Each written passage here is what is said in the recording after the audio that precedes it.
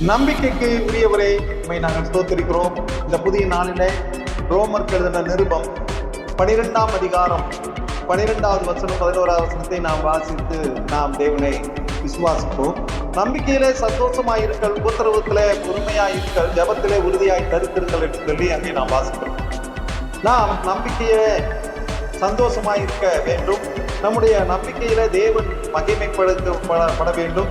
எல்லா காரியங்களிலும் நாம் தேவனிடத்தில் நம்பிக்கை உள்ளவர்களாகவே இருக்க வேண்டும். மற்ற நபர்களிடத்துல எல்லாம் தேவனிடத்துல அந்த நம்பிக்கையிலே சந்தோஷமாயும் இருக்க வேண்டும். நாம் நம்பிக்கையா இருக்கணும். ஒரு மனமகிழ்ச்சியோடு மனரம்யத்தோடு இருக்க வேண்டும். உபத்திரவத்திலே பொறுமையா இருக்கணும். நமக்கு பல விதமான உபத்திரவங்கள் வரலாம். எந்த விதத்துல வந்தாலும் அதில் பொறுமையா இருக்க வேண்டும்.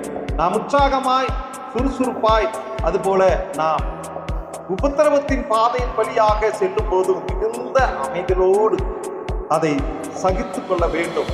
அது அமைதியாய் நாம் சகித்துக் கொள்வோம் என்று சொன்னால் கர்த்தர் நம்மை நம்பிக்கைக்குரியவர்களாக, அவர் நம்பிக்கைக்கு பாத்திரராய் இருக்கிறார். நம்மை இன்னும் நம்பிக்கையில வளர கர்த்தர் கிருபை செய்வார். ஆமென்.